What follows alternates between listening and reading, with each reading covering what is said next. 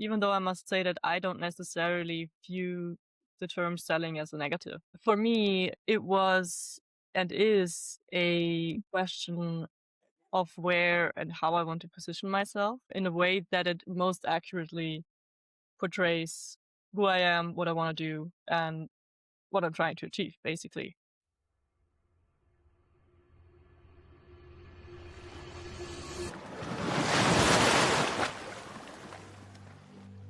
Hello everyone, today I'm talking with Leah. She's a painter and founder of Sunrise Gallery based in Berlin. Leah, can you tell us a little bit about yourself? Yeah, great. Thank you so much. It's great to be here. And your introduction pretty much already summarized it. I'm Leah.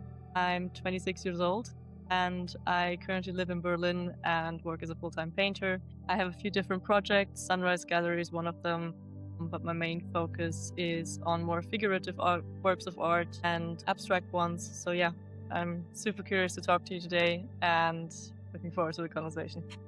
Great. I'm really glad to meet you. Yeah, we're going to talk about your paintings first. And I've seen a couple of your paintings. They have titles that really look confessional. For example, Summer Always Breaks Me. Please God, don't let me turn into stone again. And these are more honest than most people allow themselves to be in private. Where does that come from? Um, that comes from, first of all, great question. It comes from the idea of using art as a sort of diary. And with this kind of phase in which these paintings were created, I did put a lot of focus on the titles as well, because I think they add another layer to the artwork. And they kind of guide the viewer also into the meaning behind it, the stories behind it. And I love the fact that at the beginning you used the term confessional. The British arts, especially led by artists like Tracy Emin, for example, there is the term of confessional art. And it's exactly this, of using your artworks as a sort of diary for maybe the things that people don't dare to speak of as freely as I choose to do here. And when you make, let's say, this sort of confessional diary about your personal life or your personal fear, do you feel exposed that now that I, a stranger, know about your internal thought, or does the canvas protect you? I don't feel exposed at all, to be honest. And the interesting thing is that exactly the canvas is a sort of protection layer, in the sense that the artwork and its titles are still very abstract, right? So even though there's things that you can relate to on a personal level, you don't still quite know the exact story behind them. And I think this adds a layer of mystique that also then, I guess, protects, let's say, my privacy even. And in that sense, it doesn't make me feel that exposed, especially towards strangers. I think we have a different connection than we do, for example, to people who are closer to us, who might have a bit more context to what is behind the artworks. And I have seen one of your video, basically the first video that I have seen on your account, where you said you are starting content creation, and you have said content creation feels like a performance, a curated version of yourself. So does painting, right? Or your confessional diary, basically, that you are Yeah. showing only a specific portion of your life to the audience. Is there any difference You mean the in difference your between? mind that Sorry. something happening on canvas that's not happening in front of the camera, or vice versa?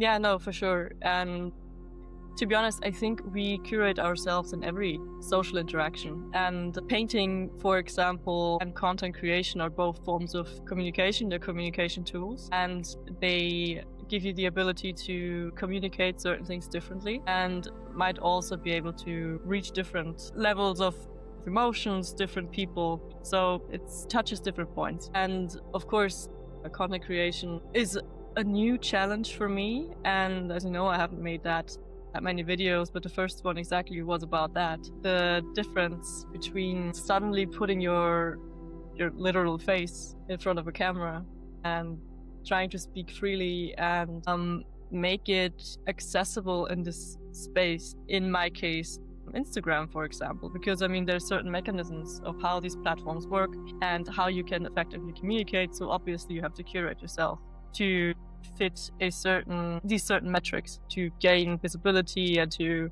gain traction on the platform. And I also want to talk about one other thing in like where these paintings and content creation both merge together. Yeah. When you finish a painting, you put a title on it. We have talked about it in a confessional diary. You post it or you hang it up on a gallery and you let that go. Does this painting carry the vulnerability for you so you don't have to, or do you still carry the vulnerability with you? Because you like, if it's a confessional statement, that you have confessed something to the rest of the world, so your heart might let it go. That's a great question. And I would argue to a certain degree, yes, because I guess in our minds, things always grow heavier the more we try to hide them. So giving myself the opportunity to take it out of the space of myself and into the physical world and sharing these experiences with people and having conversations about it like we are doing right now does make it lighter. And I wouldn't say it's necessarily a letting go, but it's a expansion into the world and into this community that you're building. This way, it also makes it easier to process, or it helps you process whatever it is that you're currently trying to portray. And on the same video where you talked about your content creation journey, you all are actually starting of your content creation journey, you mentioned being scared of making a fool of yourself. Yeah, and we have talked about it that your painting is already carrying the vulnerability for you. But with a painting, people can also interpret it, project onto it, read into whatever they bring. When it's your face and your words, there is no ambiguity. Of course, we know that our close friends and family see us in a way, or that they don't want us to change. Is that what's frightening you, that there's nowhere to hide now that your face and your voice is on the screen and you are saying things probably that's kind of personal, or something something's political, or something you are talking about some social issues? Yeah, for sure. There's, I guess, 2 points to this. So I think making a fool of myself was especially in relation to the way I previously viewed the entire idea of content creation, to be honest. Like I still had a very old-fashioned image of like 2016 influencers, super surface level, not much depth to it. And I just really didn't want to be that way. And there's still a lot of things that I absolutely don't want to embody in the social media space. And for me, it was and is a question of where and how I want to position myself in a way that it most accurately portrays who I am, what I want to do, and what I'm trying to achieve, basically. Of course, secondary, there is this point of probably being more comfortable in front of a stranger's crowd, or a crowd made of strangers, rather than people that you know personally. Because exactly as you said, they have a certain image of you, and it might be harder for them to then relate to this side of you that you are now on social media. And it's a very interesting dissonance between the two. And I'm sure that you have the same feelings as well, given that you also have a very public YouTube channel, podcast, and it's, I'm sure, interesting for you as well, no? Yeah, because I for rest of the world, I am showing my face and my voice and my thoughts, but my family and close friends, my family and friends doesn't really know even that I have a YouTube channel or TikTok or Instagram, my other Instagram account, because I have a private Instagram account. And it's solely because there are a lot more questions to answer and a lot more things to go through that I really don't want to. If they find it in the natural flow of things, then yeah, of course. But if they don't, then it's okay. I think only I've told one of my cousin that yeah, I have an account. I didn't say which account or what anything. I just say I have something, and one or two of my close friends know that I have a YouTube account. But I don't think they see my videos or anything. They just know I exist here. Yeah, that's super interesting. Do you think that's also a fear of failure? And I think that's definitely like also a point for me that obviously like what you're doing is so new and you're still figuring out for yourself that you're like, at least I know for myself that I was like scared of failing publicly. It's not, I think I have grown, I have accustomed with the fear of failure because I have tried so many different things in so many different avenues. But my, like, the reason I'm not showing my these personalities and this self to my close friends and family, mostly because then Yeah. they will ask obviously a lot of questions, why I'm doing this, why this is happening, this sort of thing.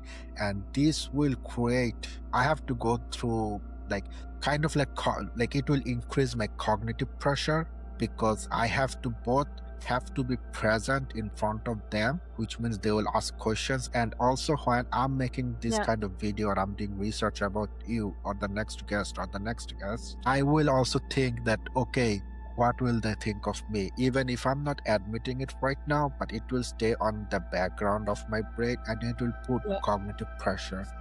I don't want to do that. It's all, there's already enough pressure That's as it is. totally understandable. Yeah. Yeah. And I mean, this way you also have like this opportunity to kind of reinvent yourself Yeah, yeah. and try to without this, I guess, judgment that would come from closer circles.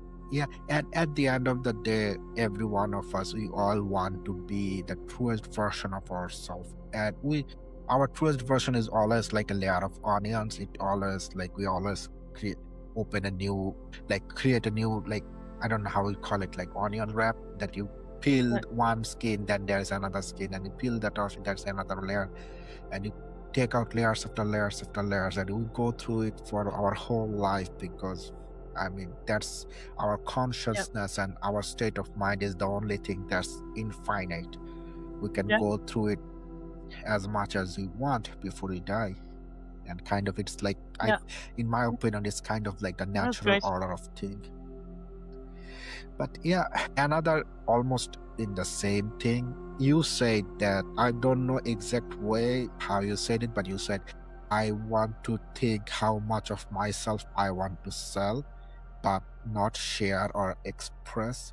Why specifically sell? Because I think you also sell paintings or your artworks from your gallery or from other places. But why for content creation you are saying selling yourself or your image? Well, because to a certain degree you are creating an image and I guess selling it to an audience for the exchange of a community, visibility, and whatever it is that you're trying to get out of content creation. And it is a very valid question for me, even though I must say that I don't necessarily view the term selling as a negative. You can also use the word this curated image that I'm portraying. And I think in every aspect of life, we are sort of curating ourselves to fit into whatever viewpoint is necessary to portray our best selves, basically. And that's not a bad thing, actually. So for me, this selling is obviously a step into my personal life because it is on camera and it shows the space where I live. It shows the clothes that I wear. It and the way I do my hair and whatnot. And it's all part of this profile that you're literally creating. So for me, that is a question of how much of my personal identity I want to put on the internet. And on this note, also, I want to ask two questions that are very close to, I guess, growing up, or actually not growing up, like for our social metric. One is success, one is failure. What would it mean to be succeed in this spectrum, just content creation? Because I would personally say that you are a very good painter, but what would it mean to succeed in terms of content creation? And also failure, let's say, the same, they are both different side of the same coin. Yeah, that's fair. That's fair. If I bluntly think about it, obviously the metrics for success are the very basic KPIs that you get on social media. I mean, you've probably seen enough of them yourself. Um, I know that people also like to coin them vanity metrics and whatnot, and we shouldn't look at them. But let's be honest, we are trying to achieve something, and these help us stand Yeah. if it's working or not. And it's not a bad thing. We have to like try and not to moralize these numbers so much. So naturally, this in the terms of content creation would define success for me. But what's more interesting is the community we can build on these platforms, because obviously you're trying to attract people that are interested in your work, that themselves might share with you their personal experiences, maybe their artworks, maybe their podcasts, and you find people that you can learn from and you can grow together. And I Yeah. mean, that's wonderful if it works, right? And it's great to see that actually also happens, that people find you that are interested in speaking with you like we are doing right now. And it's all these sort of things, but obviously the KPIs matter too, to show you how you can align with the platform that you're working with. And does it bother you? Because I'm also trying to actually learn about your opinion in this matter. Will it bother you that, let's say, you are successful in terms of KPI, you are getting the likes and views and shares, all of them, but you are misunderstood, sort of? What the point you are trying to make online is people are not getting it, they are getting a different points, and obviously you cannot change Yeah. how I view things online or how everyone view things. So will it bother you? To a certain degree, I think you do have to let the perception of other people go, because as you said, you only have so much influence on it. But obviously, if it's entirely misunderstood, it's also a communication problem. And I think that exactly is the challenge, to see how to build a community around the exact things that you are talking about and want to communicate about. And if you're entirely misunderstood, then either you just let the algorithms put you in an entirely wrong spot, or you need to work on your communication, don't you think? Yeah, I do think. And I'm also trying to figure out how the algorithms work, because I personally don't understand why some of my views still don't understand why some of my videos get a lot of views compared to other videos. I mean, I do make couple of videos just solely because I want to talk about that specific topic. I don't care about the views for those videos. And so I guess algorithm is still learning me. I don't know how it works. It always confuses me. But yeah, Yeah, for YouTube, no idea. But I mean, on the more fast-paced platforms like TikTok and Instagram, it's purely emotionality, right? I mean, it's basically a slot machine, and that's how the algorithms also works. It's an interesting.